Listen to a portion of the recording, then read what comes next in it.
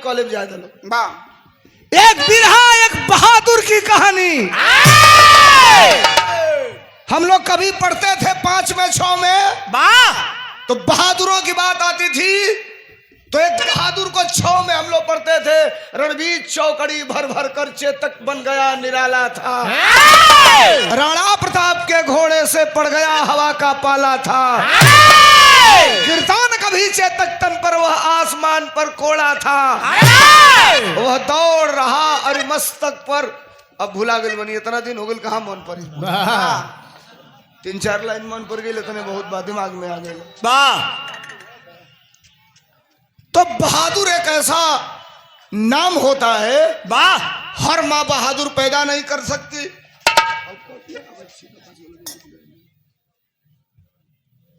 समझवदियो वाला गायब घबराई मत ओके अब्बे गायब तो महफिल लई बिगड़ हम बिरहा के अंत में गायब हम जानता नहीं कब कौन मटेरियल देवे के चाहिए हम चाहते नहीं दौपरे वाला। आइए एक बहादुर का बिरहा आपके बीच में ऐतिहासिक होगा लेकिन सुनिए साहब चाहे जब से बिरहा को चालू करूंगा आज के डेट में 2 फरवरी सन 2026 को उस बिरहा को ला करके खड़ा करूंगा 2 फरवरी सन 2026 को और जो उस बिरहा को खड़ा कर लूंगा क्यों धर्मेंद्र सोलंकी पूरे दुनिया में जिस लिए जाना जाता है। रात को 12 बजे भी जब आप कहते हो आज के जमाने में सच बोलना मना है, सही बोलोगे कब गोली मार दी जाएगी, कब मुकदमा लिख दिया जाएगा, कब जेल चले जाओगे, इसकी कोई गारंटी नहीं है। लेकिन इस परिवेश में भी अर्धरात्रि को भी आप कहते हो इनकलाब पैदा करने के लिए तो सरकार के सामने खड़ा होकर मुट्ठी बांधकर आपकी आवाज बनकर इनकलाब पैदा करके अखिलेश यादव जिंदाबाद करने का काम करता हूं। नाम मेरा धर्मेंद्र सोलंकी है। बिरहा को राजनीतिक नहीं बनाना चाहता कतई नहीं। बिरहा के बाद वो बात होगी छीता पासी का योगदान का बा वर्तमान में जवन जिला सीतापुर बारूची सीतापुर उसका छीता पासी के द्वारा बसाया हुआ वो राज्य वो शहर पहले जिसका नाम था छितियापुर और आज के डेट में है सीतापुर। जैसे देवरांचल हो गया कछरांचल हो गया इलाका होता है देवारा का उसी तरह सीतापुर से आगे बढ़ेंगे तो उधर एक इलाका है गांजर कहा जाता है जिसे गांजर। मैं 2014 में लोकसभा का प्रभारी था तो कहे लो कि गांजर के इलाके में चलिए आपको बड़ा लोग डिमांड कर रहे हैं। हमारा बुझल कि खाली गाजर खाए वाला बोल बकाए लिए कह रहे हैं लोग कि गाजर के इलाके में चलिए लेकिन गांजर उसका नाम है। गांजर के इलाके के लोगों से लगान और टैक्स लेने की बात कन्नौज के राजा ने कर दिया और गांजर के महाराजाओं को छीता पासी ने पासी समाज के राजाओं को इकट्ठा करके और उस जयचंद के खिलाफ मुट्ठी बांध के बगावत किया और कहा हम तेरे जुर्म को सहने का काम नहीं करेंगे। ऐसे छीता पासी बहादुर व्यक्ति थे। बात खत्म हो गई छीता पासी जी की। अब हम आते हैं कहा जिस बिरहा को गाने जा रहा हूं बिना बात किए बिना समझाए भूमिका के लाइन से ही मेरी बात बिरहा की चालू हो जाएगी। मैं गाने क्या जा रहा हूं बिरहा है कब का मास्टर बाबा।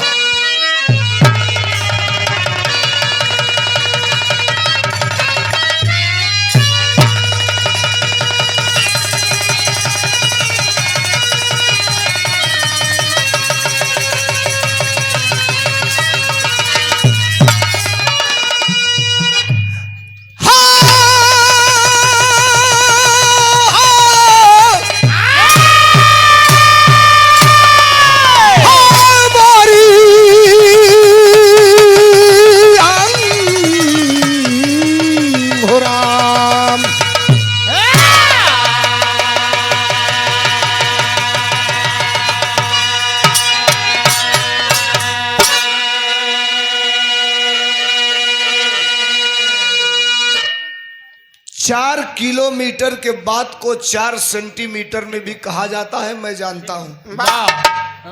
जब मैं बड़े मंच पे होता हूं 10 लाख की भीड़ होती है पॉलिटिकल मंचों पे तो मुझे कहा जाता है 1.5 मिनट में अपनी बात कहना है और मैं 1.25 मिनट में अपनी बात कह लेता हूं, मुझे तरीका मालूम है कैसे कहा जाता है। अरे वाह! आइए कम समय में इस बिरहा को रखूंगा। मित्रों, भाइयों, नौजवानों, सेमेस्टर में अगले आपके काम आ सकता है अगर सुनोगे तो क्वेश्चन बन करके। वाह! हमार बिरहा बा कैसन मास्टर?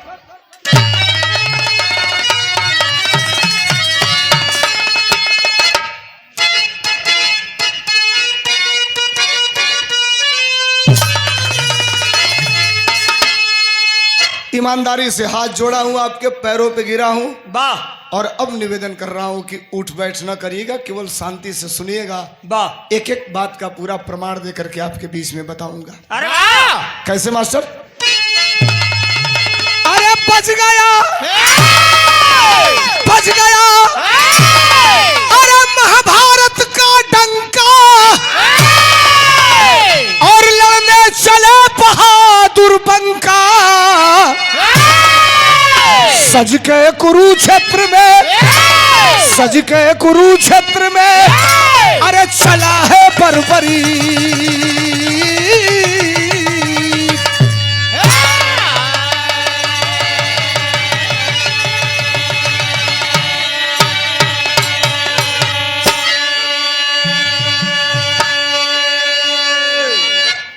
महाभारत के लड़ाई का ऐलान हो गया था, ऐलान। और महाभारत के लड़ाई के ऐलान के बाद वाह! अगर सबसे ज्यादा कोई दुखी था तो वो कुंती थी, कुंती। जानते हो क्यों दुखी थी? वाह! उसको डर था कि एक तरफ 18 यछौड़ी सेना होगी, एक तरफ केवल मेरे 5 बेटे होंगे। अगर हमार बेटवा हार गई ना, चाहे मार गई ना, तो हम जियते जी मर जाए। रात को 11 बजे अंधे धृतराष्ट्र के पास जाती है, गंधारी के पास जाती है, हाथ जोड़ के कहती है, माते पिता युद्ध को रुकवा दो, नहीं तो प्रलय हो जाएगा, दोनों तरफ से अपने ही खानदान के लोग मारे जाएंगे। एक बात मैं बताऊं, महाभारत को टाला भी जा सकता था और महाभारत को रोका भी जा सकता था। केवल 5 गांव पांडव मांगे थे, कौरवों ने नहीं दिया, महाभारत हो गया। ओया तब 5 गांव ना मिलल तो महाभारत हो गई। अय्या तो भैया लोग 5 किलो पर 3 बार सरकार बन गई, खाली 5 किलो पर।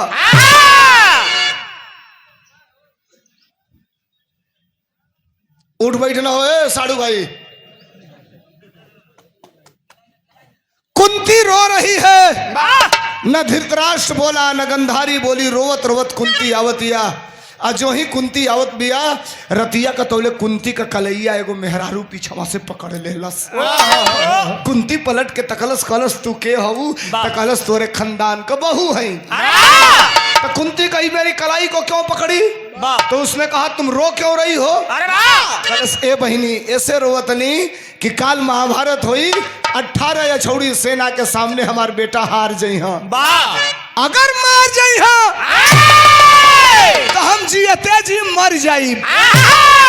तौले उनमें हररुआ हथवा झटकार के तन के खड़ा भइल, कलश खबरदार, मैं तुमसे वचन देती हूँ कि न तुम्हारे बेटे हारेंगे, न तुम्हारे बेटे रण क्षेत्र में मारे जाएंगे। कुंती आस पुछलस, कहलस कैसे हमार बेटा न हरिहा न मारल जइहा? तो उ औरतिया कहलस ई हमरे पे छोड़ दो, तू अपने घरे जा, हम वादा कैले बनी वादा निभाई। कुंती अपने घरे, ई औरत अपने घरे। सवेर भइल तो जो औरत कमिटमेंट की थी उसका एक 12 साल का लड़का था।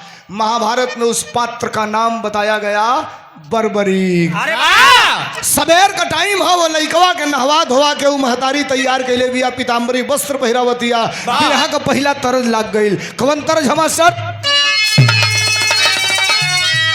मास्टर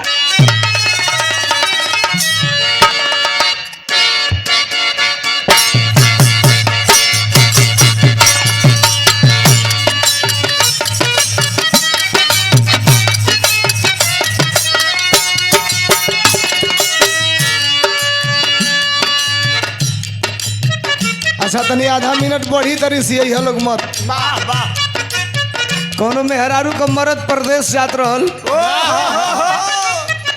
मेहरुआ पीछे से कुर्ता पकड़ के खिंचलस कलस की मज्जा कमाए तो कलस की ना जाइब कमाए तो है जोन मोबाइलवा न चलाओ तलू है जो नहीं फाउंडेशनवा पोतेलू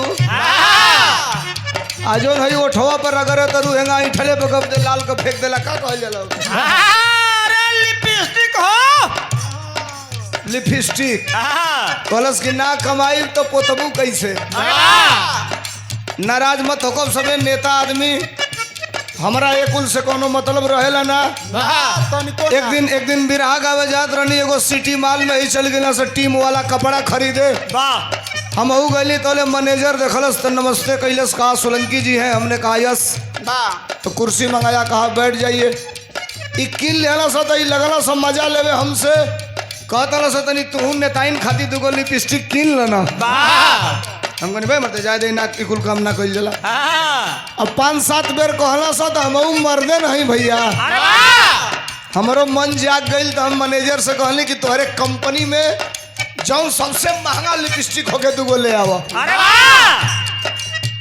अब वो पातर पातर दुगो पेंसिल लियर लिपस्टिक ले आके काउंटर पर धैलस हम भी राह गा के आई लली नोटी का गर्मी रहे 500 का नोट निकलनी निकाल के काउंटर पर पटक दियली कहली अपन लिपस्टिक का दाम काट के जोन बचे हमके वापस करा फेर दो अब लगल ऊपर नीचे ताके कहता तू सोलंकी है भाई ना हो हम कहले हाँ हम सोलंकी है तो कहता है मर्दे 500 रुपया भीख देता हमके हम कहले अरे मर्दे दुगो पातर पातर पेंसिल नियर दे दिले 500 तो के कम लगाता कहता ये दोनों लिपस्टिकवन का दाम बा 1840 रुपया अब तो हम पड़ गई फेर में निकलवा ले रही अब का करी मजबूरी में 1840 दिहली बहारा निकलनी दक्षिण माहे कान पकड़ के ढेला आँच के फेंकली कहली मर जाई सारे जिंदगी में फिर कबो जौले जियब तौले लिपस्टिक किने ना जाई रात भर चिल्ला के 2-4 हजार बिरहा गा के बचावल जाई आई सारे दुइयो को किनले में 4,000 लग जाता है तो खाली 500 में चटबो चाटो तो ब्रांड वाला चटबो तो महंगा पड़ी हमारी घर में विभीषण वाला सो हम का करे मारा जाता बहरा कमाए मेहरारू कहतिया का कहलस का करे जइबा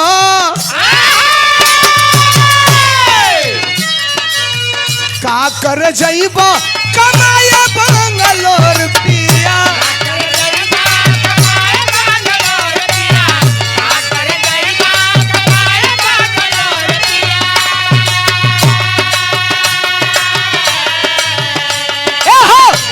कर जइबा कमाए बंगलोर पिया खोली ले त घर ही खोली ले त घर ही किराना स्टोर पिया खोली ले त घर ही किराना स्टोर पिया खोली ले त घर ही किराना स्टोर पिया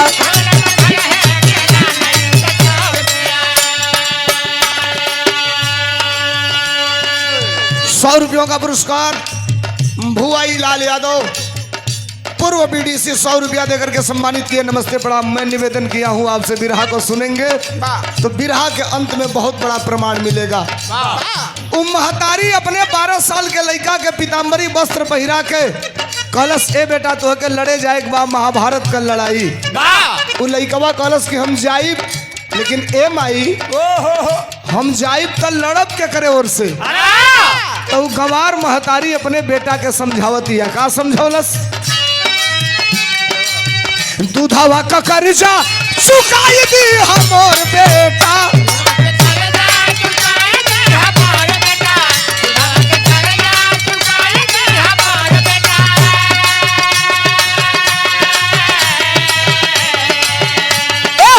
दूधावा का कर्जा चुकाई दी हमोर बेटा हारी जेवो के हारी जेवो के हमोर बेटा हारी जेवो के जिताई दी हमोर बेटा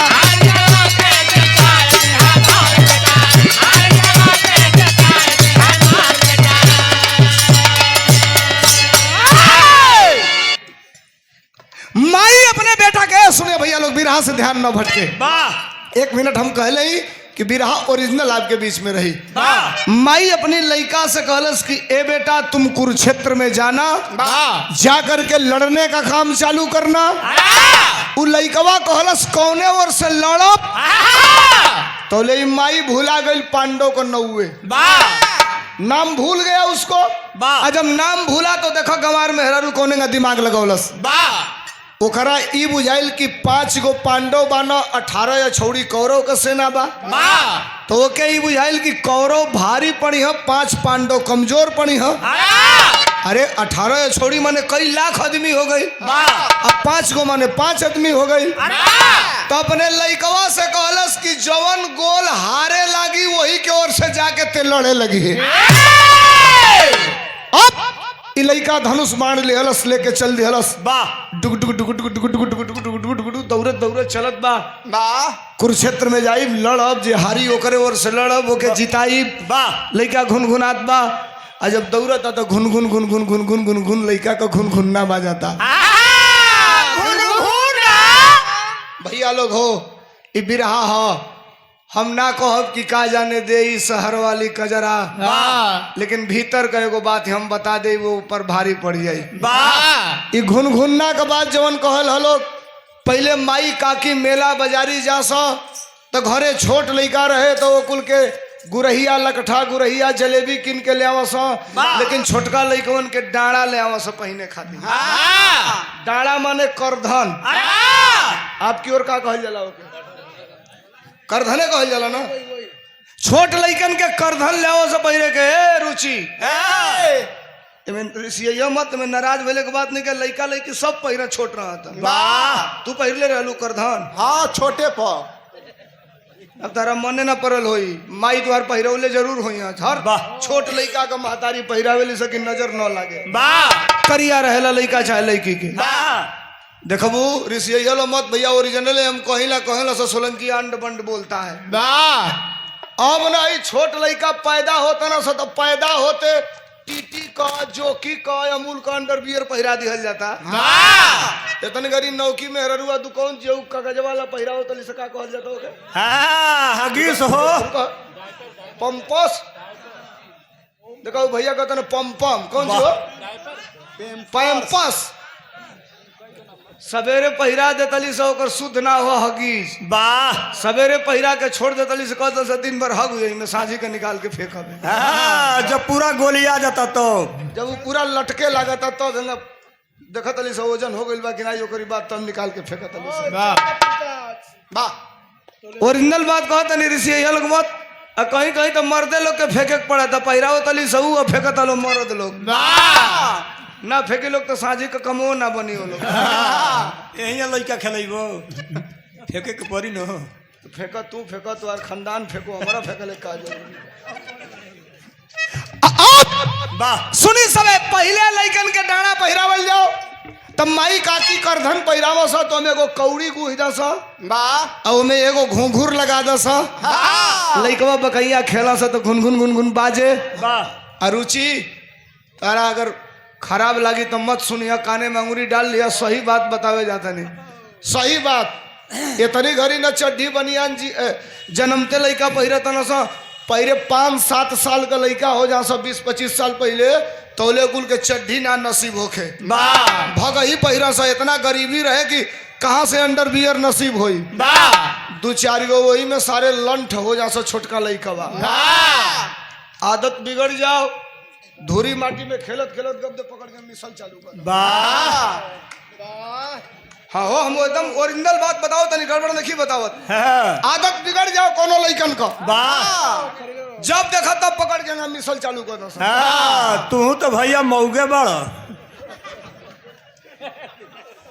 अब एकर कौन दवाई बा? एकर दवाई कौन बा? मेडिकल स्टोर पर चाहे डॉक्टर के लगे चल जा और कह दो भैया हमार छोट लइका बा, पकड़ के 24 घंटा छुनिए मिसत आकर टैबलेट दे दो। एकर कौन टैबलेट मिली? ना मिली। तो छोट लइकन खातिर माई काकी से बढ़न के डॉक्टर ना होला। माई काकी का कर कि सोनारे के यहाँ जाके चांदी का छुन्नी बनवा के ले आवस और टीप के वही करधनिया में वही नाच के लटका दस। कि लइका दुबराई नहीं।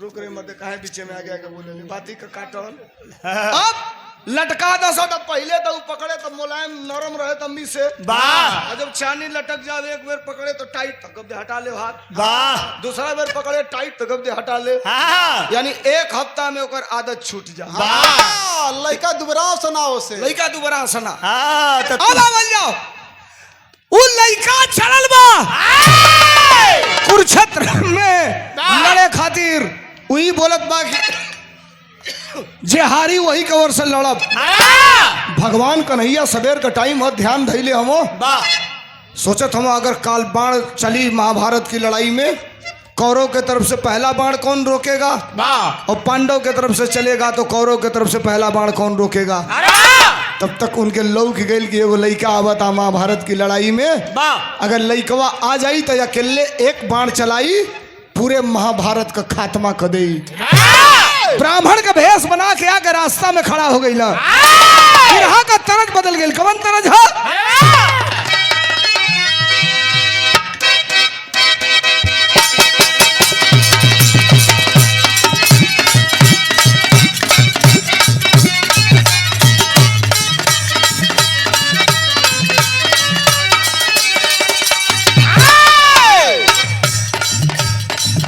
गीत बा का करताड़ू रनिया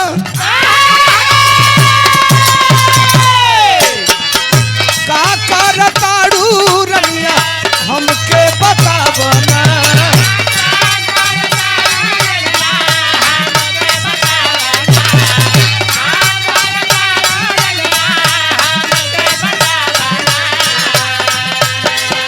रुकवा से पर्दा तनी रुकवा से पर्दा तनी रनिया हटावना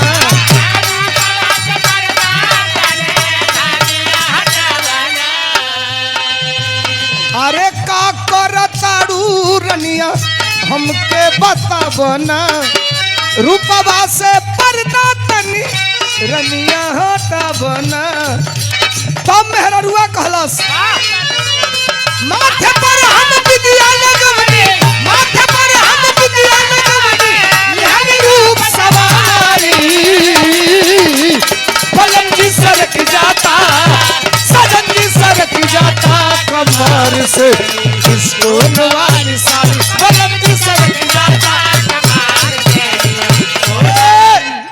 भगवान कन्हैया ब्राह्मण का भेष बना के आके रुक गई ना दो सेकंड बचेबो तो 5 मिनट कम हो जाई 6 मिनट में बिरहा के खत्म करे के बा भगवान कन्हैया ब्राह्मण का भेष बना के आके रास्ता में रुक गई ना सोचना ये लड़का अगर कुरुक्षेत्र की लड़ाई तक चला जाएगा मैदान तक तो उनको चिंता जानते हैं क्यों है ये पढ़े लिखे लोग हैं मैं 10,000 लोगों के बीच में गाऊं कोई जरूरी नहीं कि 10,000 लोग बात को समझेगा 10 लोग समझ गए तो मेरे लिए वो 10,000 के बराबर होती है भगवान श्री कृष्ण को चिंता इस बात की है कि मैं कुरुक्षेत्र में कौरवों को हराऊंगा या धर्म को हराऊंगा पांडवों को जिताऊंगा धर्म को जिताऊंगा आई लइकवा अपने माई से वादा कैले बा कि जे हारी वही के ओर से हम लड़ब आये करे लगे एक्के गो ऐसन बाण बा कि उ बड़वा चला दे तो एक्के बाण से पूरा महाभारत खत्म हो जाई तो इसको कुरुक्षेत्र तक जाने से रोकना होगा नहीं तो प्रलय हो जाएगा आशीष गौतम अशोक गौतम आशीष गौतम जी अशोक गौतम जी 100 रुपया बताए सोनू गौतम 100 रुपयों का पुरस्कार नमस्कार प्रणाम आप सबके नमस्ते प्रणाम लालचंद यादव सदस्य जिला पंचायत बहादुरपुर वार्ड नंबर 4 से हमारे भैया की तरफ से दूसरे बार का पुरस्कार 100 रुपया का नमस्कार बा प्रणाम बा आप सबके नमस्ते प्रणाम बब्बू मिस्त्री यरना की धरती से 100 रुपया देकर के सम्मानित किए हैं भैया के नमस्कार बा प्रणाम बा भैया बढ़ जाए आप सबके नमस्ते प्रणाम बा पूरी में पौलगी बा भगवान कन्हैया रास्ते में खड़े हैं और उधर से वो नौजवान सर सर सर सर सर न बोला लेकिन के भगवान हाँ ओहर फटका ओहर हम झटका सुना फटका ना सुना बैठल जा बात पर आवल जा भगवान श्री कृष्ण रास्ते में खड़े हैं, उधर से वो लड़का आ रहा है धनुष बाण लेकर के दौड़ते हुए। नजर पड़ गई, ब्राह्मण का भेष बनाए हैं, असली भेष में नहीं है। कहना ए बेटा रुक। वो लड़का रुक गया। वाह ब्राह्मण समझ करके पैर छू के प्रणाम कर लिया। कहा बोलिए वाह क्या कहना चाहते हैं। वाह। तो भगवान कन्हैया कहला कहाँ जा रहे हो। कहा कुरुक्षेत्र जा रहा हूँ। क्या करने जा रहे हो। कहा लड़ने जा रहा हूँ। भगवान कन्हैया कहला किसके तरफ से लड़ोगे। कहा जो हारेगा उसके तरफ से लड़ूंगा। भगवान कन्हैया कहला भाग रे बेटा भाग। कलश कहाँ भागी। कहला इतना बड़े बड़े वीर हवा बेटा। बाण चल यहाँ से तब बाण के हवा पर कई कोस उधिया के जाके गिर जेबे। खुरियाइल जर्सी साढ़े नियर डूबे। खुरिया के कलश की खबरदार। एक क्या को बाण चलाई पूरा महाभारत खत्म कर दे। भगवान कन्हैया कहला चढ़ गई ले बेटा दाव पर। ये तो हम खोजत रहने हैं। कहला तुम एक बाण से महाभारत खत्म कर दोगे। कहा कर दूंगा। तो भगवान कन्हैया कहे कि मैं कैसे जानूंगा कि एक बाण से महाभारत खत्म करोगे। तो कलश तुमको जैसे आजमाना हो वैसे आजमा लो। अब भगवान कन्हैया एक टैक्टिस कर रहे हैं, चाल। यही रणनीति है, जरा समझिएगा किस तरह उस लड़के को फंसाया जा रहा है। भगवान श्री कृष्ण ने कहा का मास्टर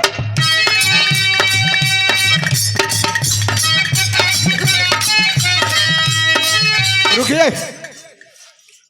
उमेश यादव छुट्टन भैया ग्राम प्रधान के प्रत्याशी ग्राम सभा धरौली जुनेदपुर से 1100 रुपया का पुरस्कार बात तनी गड़गड़ा के एक बार जोरदार ताली बजा के स्वागत कर दिया उमेश भैया का। उमेश भाई प्रधान तो तू बने जाता रहा लेकिन वोट अपन बचा लिया। हाई फार्म 7 भर के सरकारी पार्टी वाला वोट कटवले की फेर में बाला साहब जे चौको से रही जे अपन वोट बचा ली, जे अपन वोट बनवा ली, वो चुनाव जीत जाई। बिहार हम क्यों हार गए। SIR गड़बड़ कर दिया। आवाज ना हो। SIR गड़बड़ कर दिया और बिहार में एक चीज और गड़बड़ किया साहब। जो रंगदारी वाला गाना बज गया। चमरान अहिरान लोहरान पासवान फलाना। ये छोटे जात के लोगों पर बड़ा असर कर गया। एक दिन कहा आदरणीय अखिलेश यादव जी ने, सोलंकी तुम स्टेट के प्रेसिडेंट हो, प्रदेश अध्यक्ष हो, कभी अपने कलाकारों से कहना अपने टीम के कि जात पर कभी गाना नहीं गाएंगे। जो गा दिया अगर तुम्हारे कमेटी में होगा तो उसको कहना कि तुम चलो आउट यहाँ से। और मैंने सबको कहा है कि कोई जात पर गाना नहीं गाएगा। भारतीय जनता पार्टी बड़ी चालाक आदमी है। भारत का प्रधानमंत्री बिहार में बोला कि मारव सिक्सर के 6 गोली छाती मेरे। इतनी छोटी इतनी हल्की बात भारत के प्रधानमंत्री ने कहा था। ये कब क्या कह देंगे। AI से कल के वो वीडियो डाउनलोड होता है वो मेहरारू के साथ है। चलो अब का जानी का बा भगवान जाना बिरहा बयावा। छुट्टन भैया के नमस्कार बा प्रणाम बा। भगवान कन्हैया कहला हम तब जानब कि ते एक बार से महाभारत खत्म करबे। कब जानब मास्टर।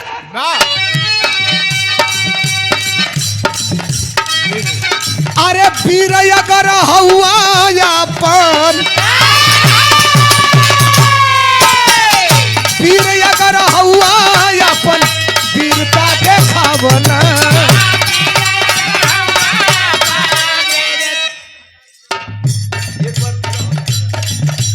अरे वीर अगर हुआ अपन वीरता देखावना।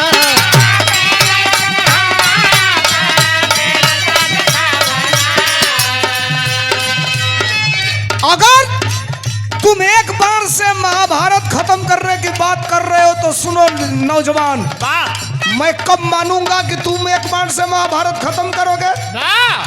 भगवान कन्हैया डगरल आ गई। एगो पीपर का पेड़ बा, सुनिएगा नौजवानों। वही पीपरा के पेड़वा के नीचेवा खड़ा हो गई ना। कहला एक काम करो तब तो मैं मानूंगा।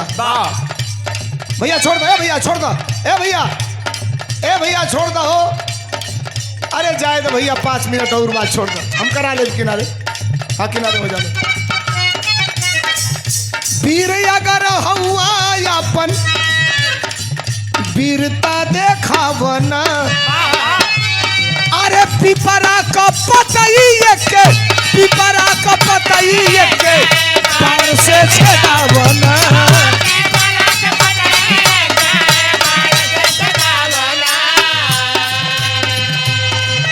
भगवान श्री कृष्ण ने कहा कि अगर ये पीपल का पेड़ है, एक ही बाण से पीपल का सारा पत्ता छेद दोगे तो मैं समझूंगा कि तुम एक बाण से महाभारत को खत्म कर दोगे।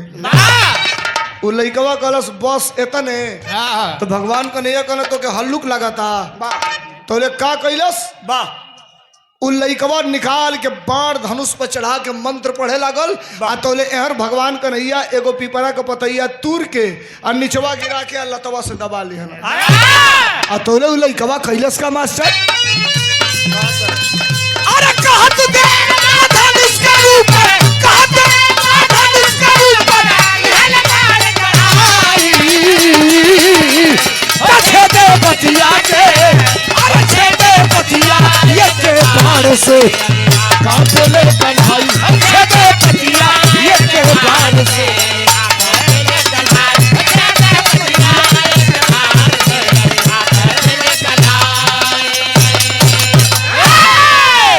ये फिर 1000 रुपयों का पुरस्कार आदरणीय सूरज भान कवि जी और हम सबके प्रिय आदरणीय भूवर यादव जी के सम्मान में ये 1000 रुपया देकर सम्मानित किया गया। जरा जोरदार ताली बजा करके स्वागत करेंगे आप सब।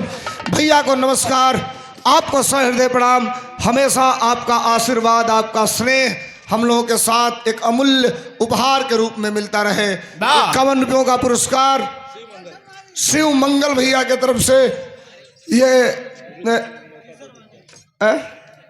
बोला तो ना भैया की नहीं बोलिए तो मैं बंद कर दूं यहीं। मैं आपसे ज्यादा मुझे ये है कि मैं कब खत्म करूं, बिरहा के अंतिम दौर पर हूं और बिरहा का मेन पॉइंट है। वाह, फिर आपको जो सुनना होगा वो सुनिएगा। आइए अब आइए। भगवान कन्हैया ने कहा एक बाण से महाभारत को खत्म करना है तो पीपल का पत्ता छेदो। और जो ही वो लड़का बाण चलाया एगो बड़वा निकाल के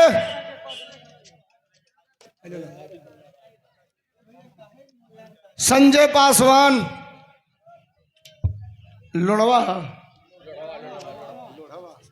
लोढ़वा की धरती से लाचा प्रधान 100 रुपया ऐसा नहीं अड़बड़ बा कि सारे कहीं उरे मत बोला जाओ जो कि हमारा डर लगा था। 100 रुपया का पुरस्कार बा, नमस्कार बा, प्रणाम बा, आप सबके नमस्ते प्रणाम बा। निकाल करके बाण चला दिया। अरे वाह! और वह बाण हन हन हन हन हन हन हन हन करते हुए पीपर का सगरी पतई छेदत छेदत आके भगवान कन्हैया के पंजवा पर खड़ा होके गनगन गनगन गनगन गनगन गनगन गनगन नाचे लागल। भगवान श्री कृष्ण कहला ए लड़के हमसे तुमसे वादा था कि पीपल का पत्ता छेदना है, ये तेरा बाण हमारे पंजे पर क्या कर रहा है? लइकवा कहला से महाराज तारी पंजवा के निचवा एगो पीपर का पतई बा, पंजवा हटईबा तो के छेदी या ना हटईबा तो तार पंजवा छेद के ओके छेदी। भगवान कन्हैया पैर हटौले सारे कहीं सही का मत छेदवा देना तो जिंदगी चल रही हमारी। वो बाण पीपल का पत्ता छेदलस, पकड़ के तरकस में रख लिया, कहा मैं जा रहा हूँ। मैं हाथ जोड़ रहा हूँ, आपके पैरों पे 100 बार फिर गिर रहा हूँ। ये डिक्टेंशन पॉइंट है, एक्सीलेंटल बात है। और ये बात एजे आपके बीच में गारंटेड नहीं, महा गारंटेड बात कहने जा रहा हूँ।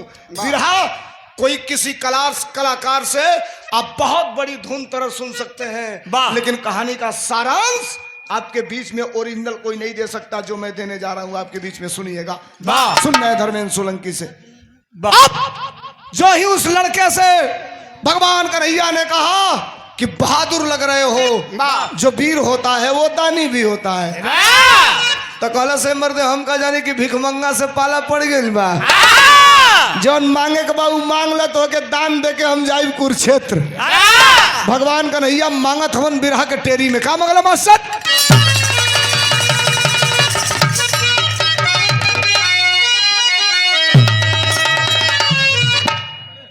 फिर से बजेबा में जो भोले भंडारी नंदनी खेमराज सम्मान में। अच्छा, ये भोले भंडारी जी 51 रुपया, नंदनी जी खेमराज के सम्मान में रात बिरहा हुए कोटा MP बॉर्डर पर हमार नंदनी से 3 बजे भाग के हम चले ले गावे कर रहा था। वाह धन्यवाद। बिरताई अरे वाह! बिरताई जिसकी धोखे में फंसी, अरे जंग के बलवेदी पर मांगे शीश कनाई।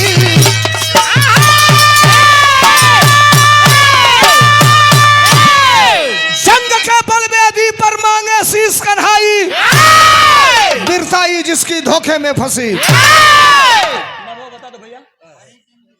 हरिचंद विश्वकर्मा। अब 50 रुपया में 12 गो नाव बोलो तो थोड़े बोलब हम, एगो बोलवा दे बहुत बा। धन्यवाद। ये 500 रुपया का। भगवान कन्हैया ने कहा जो बहादुर होता है वो दानी होता है। लड़के ने कहा मांग लो क्या चाहिए, यहाँ पढ़े लिखे लोग बैठे हैं, विराह का प्रमाण दे रहा हूँ सुनिएगा। तो भगवान कन्हैया ने कहा देना चाहते हो तो 3 वचन दो पहले। तो लड़के ने कहा जो मांगोगे वो दूंगा, जो मांगोगे वो दूंगा, जो मांगोगे वो दूंगा। कहला ए बेटा, अपने कमर से कटार निकाल कर और अपना गर्दन काट कर हथेली फैलाया हूं, मेरे हथेली पर अपना गर्दन रख दो। अरे बाप रे बाप, फाट गई करजबे वो लइकवा का। आपन गर्दन काट के अपने हथेली पर रख दे, हमारे हथेली पर रख दे। हालांकि बात दे दिया था, तीर कमान से बात जुबान से कभी वापस नहीं आती। वो लड़का बाण निकालने लगा। भगवान कन्हैया ने कहा तुम गलत कर रहे हो, अगर नहीं देना है तो मना कर दो। रुक जा, पैसा नहीं देना है तो मना कर दो, नहीं तो अपने वचन पर कायम रहो। कहा साहब मैं जो वादा किया हूं आपसे पूरा करूंगा, मत बोलिए। ए भाई ए रुक जाइए, ए मत दीजिए रुपया, रुक जा, बंद करिए। हल्ला कर बोलो, दे बोलो 100 रुपया, दुनिया भर का हल्ला कर बोलो, राय दलो, बिगड़ जाए बिरहा हमारा। उस लड़के ने कहा कि सुनिए, हमने जो वचन दिया है मैं वचन पूरा करूंगा। भगवान कृष्ण ने कहा बाण क्यों चढ़ाए हो? तो कहा बाण इसलिए चढ़ाया हूं कि हमको शंका है तुम जिस भेष में हो वो असली नहीं है। हम बड़वा चलाई मगर असली होखबो तो तार मुड़िया ना कटी, और नकली होखबो तो तार गर्दनवा कट जाई। अब लगल बड़वा इसे करके मंत्र पढ़े। श्री कृष्ण सोचला कि ये मंतरिया पढ़ के बड़वा चला दे, हमार मुड़िया कट जाई तो महाभारत का होई, कौरव का होई, यही जा कुल महाभारत खत्म हो जाई। अब जो ही चलाने जा रहा है तरकस से बाण, तब तक तेजस्वी रूप चंद्रमा ललाट पर बांसुरी बजाते हुए मोर मुकुटधारी चक्र सुदर्शन अंगुली में तर्जनी में नचाते हुए भगवान श्री कृष्ण खड़ा हो गए। वो लड़का देखा बाण छूट गया, हाथ से जमीन पर गिर गया, मूड़ी पटक दिया पैर पर और कहा साहब क्षमा करिएगा, हमने जो आपसे वादा किया उसको पूरा नहीं किया, देर हो गया, विलंब हो गया। मेरे मित्रों हाथ जोड़ के फिर आपसे कह रहा हूं कि सुनिए, विरहा अंतिम दौर में है। निकाला गर्दन से कटार और निकाल करके अपने गर्दन, निकाला कमर से कटार और निकाल करके अपने गर्दन पर सटाया, पकड़ लिया झोंटा और काट करके क्या है यार हमको बताओ, पहले बोल दो, बोलिए भाई क्या है बताइए।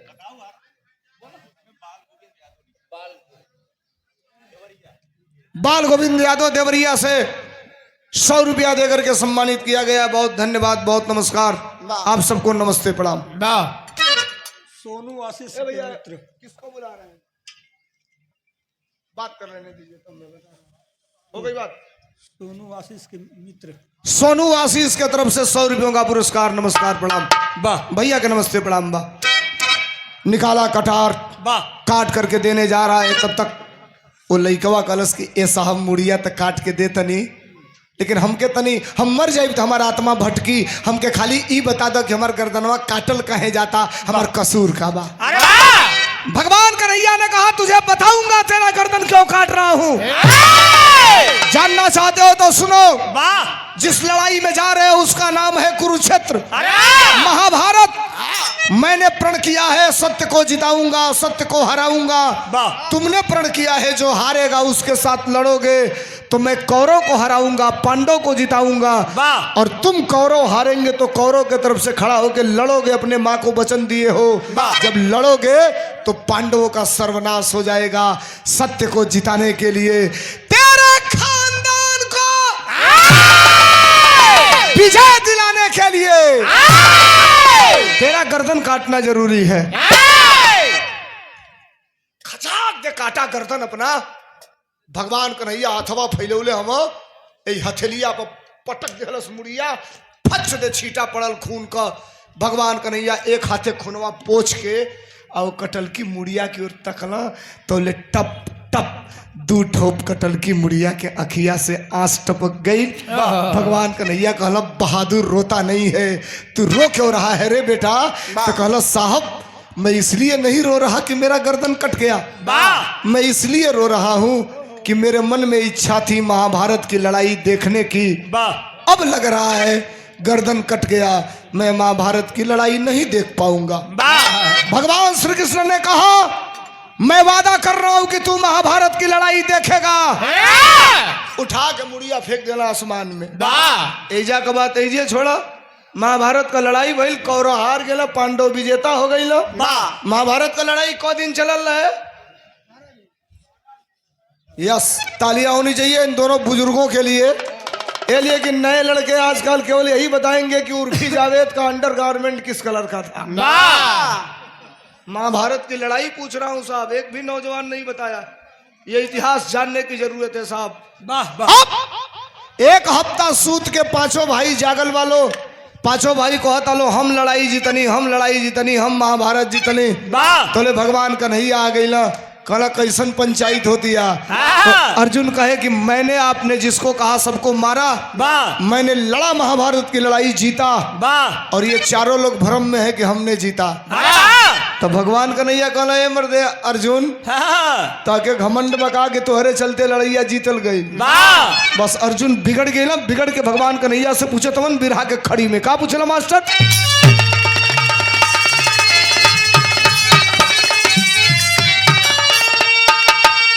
कहला क्या असल विजेता अरे कौन बता दे मोहन रसिया, अरे बंसी वाले के समझ में आइल सारी बतिया।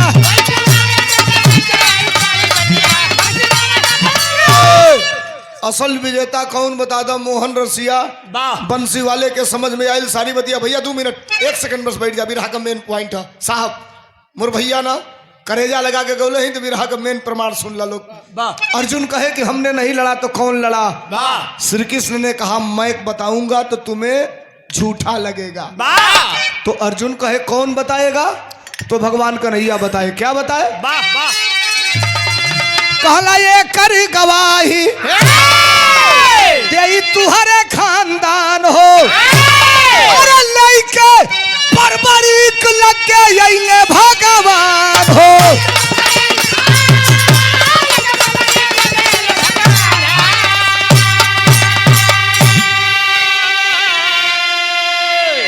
पांचों भाई को लेके आते हैं कुरुक्षेत्र में। अर्जुन कहे कहाँ लाए? तो कहे यही साबित करूंगा कि महाभारत की लड़ाई कौन जीता, यही बताऊंगा। ऐसे हाथ की आसमान से कटा हुआ शीश आके गिर गया। अर्जुन ने पूछा ये किसकी मूड़ी है? तो भगवान कन्हैया कहे तेरे खानदान का लड़का है। अर्जुन कहला इसकी गर्दन किसने काटा? तो भगवान कन्हैया ने कहा शुक्र मनाओ, इसका गर्दन कट गया तो तुम्हारा कटने से बच गया। कहला तब? तो कहला इस कटे हुए शीश से पूछो, ये बताएगा कि महाभारत की लड़ाई किसने लड़ा, किसने जीता। अर्जुन घमंड में हवा कहला है कटल की मूड़ी है, मूड़ी कट्टा बोल महाभारत की लड़ाई कौन जीता? हमको तुमने देखा 1 लाख लोगों का गर्दन काटा, 1 लाख लोगों का गर्दन काटा हूं। एक को भी अगर देखे हो तो बताओ मैं किसका गर्दन काटा? वो कटल की मुड़िया कहलस तू रहला का महाभारत की लड़ैया में। अब तो अर्जुन और बिगड़ गया, लेके बाण कहला मारब खोपड़ी उलट जाई। कहा हमसे पूछते हो वाह तो 18 दिन की लड़ाई मेरे आंखों में वीडियो रिकॉर्डिंग है। वाह मैं बता रहा हूं कि महाभारत की लड़ाई कौन जीता। वाह क्या बताया वो लड़का? कहलस की कोई नहीं मारा किसी को रणबीचे, कलश के सगरी महाभारत है कन्हैया हुआ जीते।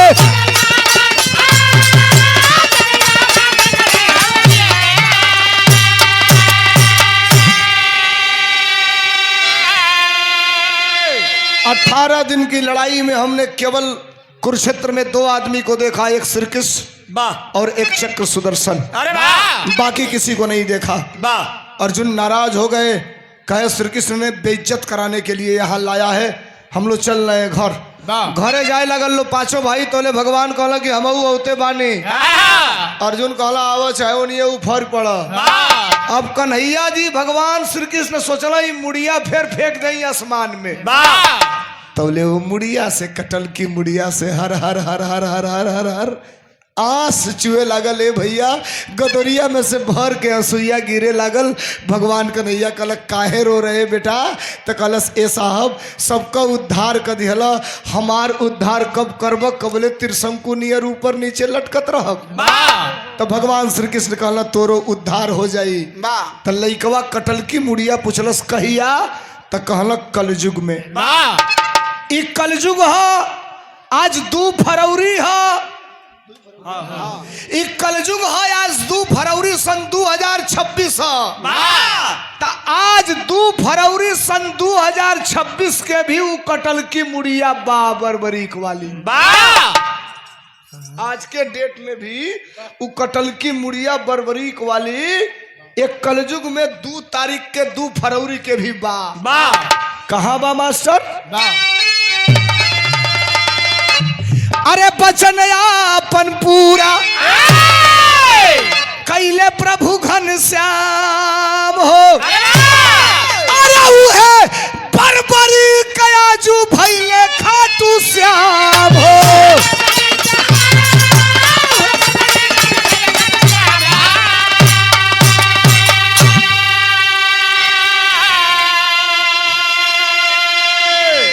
राजस्थान में एक जगह है जिसका नाम है सालासर। और सालासर में कटे हुए शीश की पूजा होती है, केवल कटे हुए मूड़ी की। पूरा दुनिया जिसे खाटू श्याम कहता है।